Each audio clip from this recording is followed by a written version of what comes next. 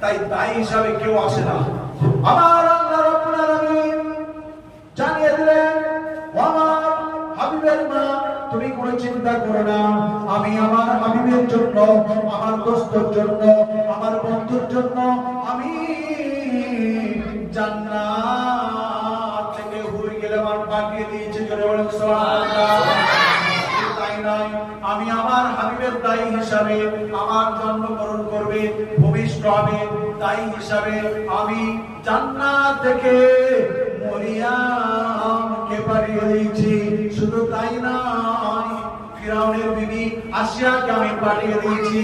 ও দুনিয়ার মানুষেরা, আমার হাবিব ভূমিষ্ঠ হলো দুনিয়ার জমিনে সম্পূর্ণ আলাদা। যেমন আমি অনেক বাচ্চাদের দাবির সাথে দাবি করা থাকে কি থাকে না, বাচ্চা ভূমিষ্ঠ হওয়ার পরে একটা